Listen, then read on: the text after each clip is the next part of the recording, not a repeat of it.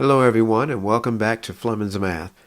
Today we're covering the Student Activity Sheet 9 from AMDM. So let's jump right in. It says, at the National Baseball Batting Contest, the organizers have set up game booths for the contestants. Richard wants to win a large stuffed animal. The rules of the game are as follows. You're pitched 5 fastballs and you must hit them in a fair zone to count. If you successfully hit all 5 pitches, you win a large stuffed animal. If you successfully hit 3 or 4 pitches, you win a small stuffed animal. If you hit 1 or 2 pitches, you win a bat-shaped pencil. And if you miss all the pitches, you do not win a prize. The game costs $3 to play, and that's for each set of 5 fastballs. Okay, number 1.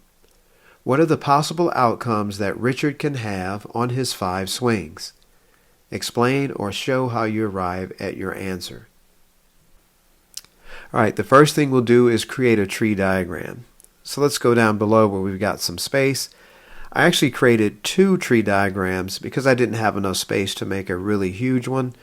So on this tree diagram, this is if I hit on my first try. So we start with an H here. And then if I hit, then on the next try, I'll have hit and miss. And on the next level, I'll have hit and miss from the hit, and I'll have hit and miss from this miss as well. Then on the next try, if I hit, I'll have hit and miss. If I miss, I'll have hit and miss. If I hit, I'll have hit and miss. And if I miss here, I'll have hit and miss. And you get the idea that will repeat on every level. So on this last level, I will have hit and miss coming from each one of the previous options. Now, how many options does that give me here? That gives me 1, 2, 3, 4, 5, 6, 7, 8, 9, 10, 11, 12, 13, 14, 15, 16. That's 16 options if I hit on my first try. Now let's go to the second picture. This is if I miss on my first try. So we start with an M at the beginning. If I miss on the first try, then on the second try, I will either hit or miss. Then on the third try, I'll either hit or miss here or hit and miss here. And then this was what happens on the fourth try, hit and miss for every option. And then this is on the 5th try, hitting or missing at every option. So, how many do I have here? Again, I'll have 1, 2, 3, 4, 5, 6, 7, 8, 9, 10, 11, 12, 13, 14, 15, 16 of these as well. So that's 16 options if I hit first, and 16 options if I miss first, making this a total of 32 options. All right, so going back and answering question 1, what are the possible outcomes? The possible outcomes are actually all of the combinations of all the possibilities. So if I zoom in on this, this is if I hit first. So I can hit all 5, or I can hit on the first 4 and miss on the 5th one, or I could hit on the first 3, miss on the 4th, and hit on the 5th, and so on.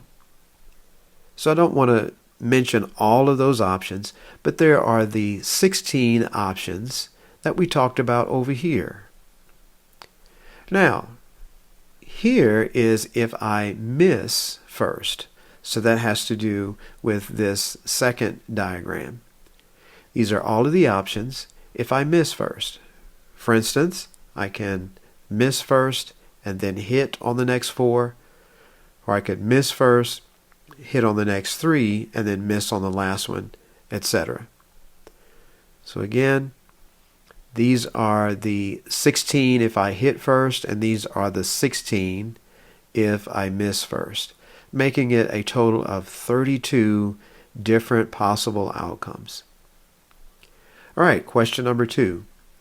What is the probability of Richard successfully hitting the following, and justify your answer? What is the probability of hitting all 5 pitches? Okay, so all 5 pitches is actually just going to be 1 out of 32 because that is found right here where you have all 5 H's. That means hitting all 5 times. So that is 1 out of the 32 options. All right, number 2B says, what is the probability of successfully hitting 4 pitches? What we're looking for in this chart is 4 H's. It doesn't have to be 4 H's in a row, just 4 H's. That's 4 hits. So we've got one here with 4 H's. We've got 1, 2, 3, 4. That's another one. That's the second one. Here we've got 1, 2, 3, 4. 4 H's. That's the third one. And let's see. Here's another one. There's 1, 2, 3, 4 H's there. That's the fourth one. And I think that's all there. But if you come down to this chart, you've got 4 H's right here. So that's a total of 5 instances where there are 4 hits. So since there are 5 instances with 4 hits, the probability of hitting 4 pitches is 5 out of 32. All right, number 2C, what is the probability of hitting 3 pitches? All right, so now we are counting the ones that have only 3 H's, or exactly 3 H's. All right, so here's one. It's got 1, 2, 3 H's. That's the first one. This one has 3 H's. 1, 2, 3. This one's got 1, 2, 3 H's. All right, that's the third one. Let's see. This one's got 3 H's. That's the fourth one. 1, 2, 3 H's there. That's the fifth one. 1, 2, 3 H's. That is the sixth one. Let's see. That might be all there. This one's got 3 H's. That's the seventh one. There's 1, 2, 3 H's. That's the eighth one. 1, 2, 3 H's here. Ninth one. And let's see. 1, 2, 3 H's there. That is the 10th one. And that is all. So there are 10 out of 32 that have 3 H's, which means we hit 3 of the pitches. All right. Now let's just go ahead and reveal the rest of these answers. I think you get the idea. What is the probability of hitting 2 pitches? That's also 10 out of 32. In other words, there are 10 instances where there are only 2 H's found. And the next one, what is the probability of hitting only 1 pitch? That's 5 out of 32. And finally, the probability of hitting 0 pitches is 1 out of 32. And let's take a look at that one. Where is that one? Probability of hitting 0 pitches is this last one here, where all of the tries are misses. When you get all misses, that means you've hit 0 times. All right, here's number 3. Suppose Richard tries the game 10 times. How many times do you expect him to successfully hit the given number of times below? Justify your answers. So for 3A, it's saying, how many times do we expect Richard to successfully hit all 5 pitches? Now he's playing it 10 times, and the probability of hitting all 5 pitches is 1 out of 32. We got that from question number 2. This is the probability of hitting all 5 pitches, 1 out of 32. So we bring that down here. So he plays it 10 times, and we multiply it by the probability of hitting all 5 pitches, which is 1 out of 32. 10 times 1 out of 32 is 10 out of 32, which is approximately 0.31, which represents how many times we expect Richard to win. And since this is less than 1 win, then we're saying that we do not expect Richard to win in this case. In other words, we do not expect Richard to hit all 5 pitches at all. All right, here's 3B. How many times do we expect Richard to hit 4 pitches? Well, he's playing the game 10 times, and the probability of hitting 4 pitches is 5 out of 32. 10 times 5 out of 32 is 50 out of 32, which is approximately 1.6. That means that's the number of wins we're expecting Richard to have. Now, 1.6 is more than 1, but it's less than 2, so we're saying about 1 or 2 wins. So in other words, about 1 or 2 times we expect Richard to hit 4 pitches. How many times do we expect Richard to hit 3 pitches? Alright, he's playing the game 10 times, and the probability of hitting 3 pitches was 10 out of 32. 10 times 10 out of 32 is 100 out of 32, which is approximately 3.1. So we expect him to be successful 3.1 times. In other words, we're expecting him to win about 3 times. All right? That is, we expect him to hit 3 pitches 3 times. All right? 3D. How many times are we expecting Richard to hit 2 of the pitches?